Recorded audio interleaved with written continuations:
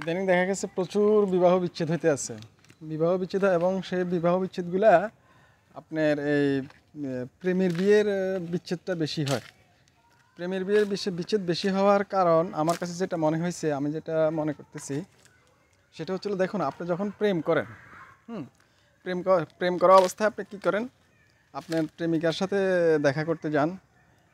দেখা করতে যাওয়ার সময় আপনার প্রেমিকাকে বা প্রেমিককে সময় দেন হচ্ছে হলো 2 ঘন্টা, 3 ঘন্টা, 1 ঘন্টা, আধা ঘন্টা, তার বেশি না কিন্তু।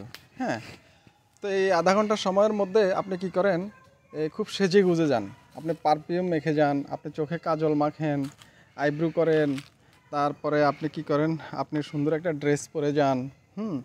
আপনার গায়ের থেকে কোনো রকম ব্যাড স্মেল আসে না। হ্যাঁ, আপনি ভালোভাবে দাঁত পরিষ্কার করে যান, আপনি একদম ব্রু প্লাগ করে যান, সব কিছু করে যান, সুন্দরভাবে করে যান। হ্যাঁ, প্রেমিকাকে আপনি 2 ঘন্টা সময় দেবেন বা প্রেমিককে আপনি 2 ঘন্টা সময় দেবেন। কিন্তু এটা হচ্ছিল আপনি যখন 2 বছর, 3 বছর, 6 মাস, 1 বছর প্রেম করেন তখনকার ঘটনা। কিন্তু আপনি যখন বিয়ে হয়, বিয়ে হওয়া আর প্রেম করা একটা বিষয় না। তো বিয়ে হওয়ার পর আপনি কিন্তু সারাক্ষণ আপনি যখন স্বামীর সামনে থাকবেন অথবা আপনার স্ত্রীর সামনে থাকবেন, সেই প্রেমিকা বা প্রেমিকের সামনে থাকবেন যখন আপনি, তখন কিন্তু আপনার এই জিনিসগুলো করতে পারেন না। হ্যাঁ, দৈনন্দিন কাজের জন্য বা যেটাই হোক, সবসময় করা হয়ে ওঠে না। হ্যাঁ, এটা হয়ে না ওঠার কারণ হচ্ছে হলো আপনি ব্যস্ত থাকেন, নানান ধরনের নানান কাজে থাকেন। আপনি তখন চোখে কাজল দিতে পারেন না, তারপরে ভ্রু প্লাগ করতে পারেন না, তারপরে সবসময় আপনি পারফিউম দিতে পারেন না, আপনার গায়ে তখন ঘামের গন্ধ থাকে। হ্যাঁ, নানান কিছু থাকে।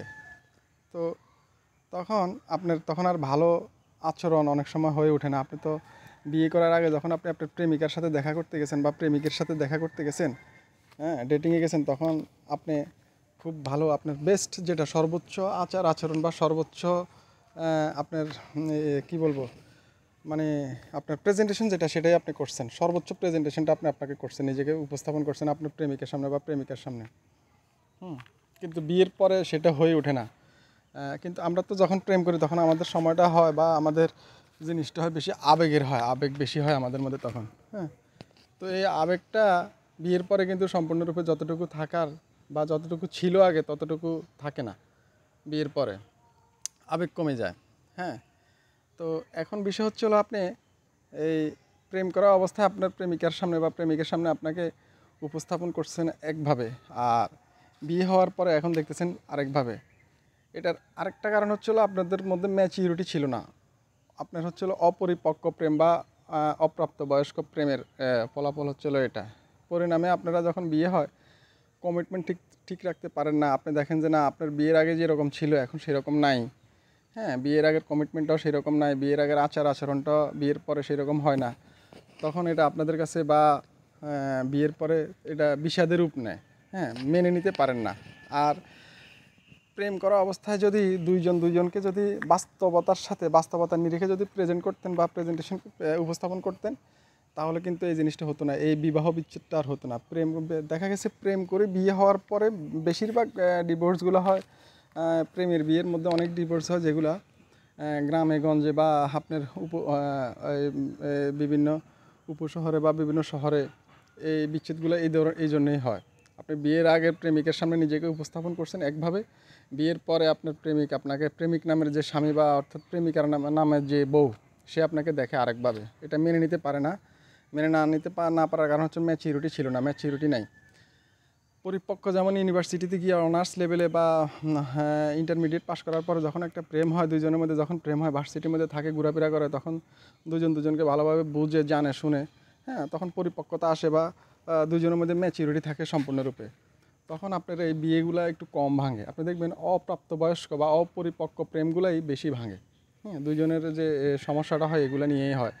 এগুলোর আরও একটা কারণ হচ্ছিল, যখন আপনি অনুপরিবার গঠন করেন, আপনি আপনারা এই বিয়ে করার পরে দুইজনে একসঙ্গে থাকার পরে দুইজনের চাহিদা মেটাতে পারে না। বিয়ের আগে তো কমিটমেন্ট ছিল যে সব দিয়ে দিবে, হ্যাঁ, সব করে ফেলবে, এই করবে সেই করবে, নানান কিছু করবে, নানান কিছু হবে। কিন্তু বিয়ের পরে তার এটা সম্ভব না, এটা দিতে পারে না, এটা হয়ে ওঠে না। তখন এটাও আরেকটা বিয়ে ভাঙার কারণ। প্রেমের বিয়ের কথা বলছি আমি। আর এমনি তো ডিভোর্স হয় যেগুলো হয় নানান কারণেই হয়, সেটা হচ্ছে অন্য ব্যাপার। তো এই জিনিসগুলো আমাদেরকে মাথায় রাখতে হবে। প্রেমিকার যে চোখের কাজল, প্রেমিকার চোখে, প্রেমিকাকে আপনি চোখের কাজল ছাড়া যত বেশি দেখবেন প্রেম করা অবস্থায়, বিয়ের পরে আপনার প্রেমিকাকে আপনার তত ভালো লাগবে। আপনি একদম রিয়েলিটি যেটা, একদম ন্যাচারাল যেটা আপনার প্রেমিকার মধ্যে, আপনি সেই জিনিসটাই চাইবেন আপনার প্রেমিকার কাছে।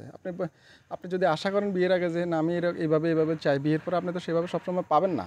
তখন তো সে আপনার জন্য, আপনি তাকে এক কাপ চা দিতে বলতেছেন, তখন তার হাঁড়ির উপরে, চুলার উপর হচ্ছিল ভাতের হাঁড়ি, হ্যাঁ, অথবা চুলার উপর হচ্ছে চায়ের জল, তখন তো এটা হয়ে উঠবে না। সুতরাং এই জিনিসগুলো বুঝতে হবে। এগুলা আসলে অনেক কারণ। আপনি বিয়ের আগে উচিত হচ্ছে হলো যখন প্রেম করবেন তখন নিজেকে আপনি ন্যাচারালভাবে প্রেজেন্টেশন করবেন, উপস্থাপন করবেন, একদম আপনি যেমন আছেন, হ্যাঁ, রিয়েল লাইফে তেমনই থাকবেন। খাস কথা বলতে গেলে আটা ময়দা মাখার দরকার নেই। আটা ময়দা মাখি যদি আপনি আপনার প্রেমিকার সামনে যান, পরে আর এই আটা ময়দা থাকে না। তো আটা ময়দা না থাকলে আপনার প্রেমিকা আপনাকে দেখছে একভাবে, আর আপনাকে এখন পাইতেছে আরেকভাবে, হ্যাঁ। এটার কারণ আরেকটা কারণ হতে পারে মনের দিক থেকে, ওই যে অপরিপক্ক অপ্রাপ্তবয়স্ক প্রেম। যদি আপনার প্রাপ্তবয়স্ক না হয় বা অপ্রাপ্তবয়স্ক থাকে তখন এই জিনিসগুলো হয় আর কি। আর যদি বুঝে ম্যাচিউরিটি থাকে তখন কিন্তু এই জিনিসগুলো মাথায় আসে না, চিন্তা করে যে না এখন তো এটা হচ্ছে, হয় এখন তো এটাই হওয়া স্বাভাবিক।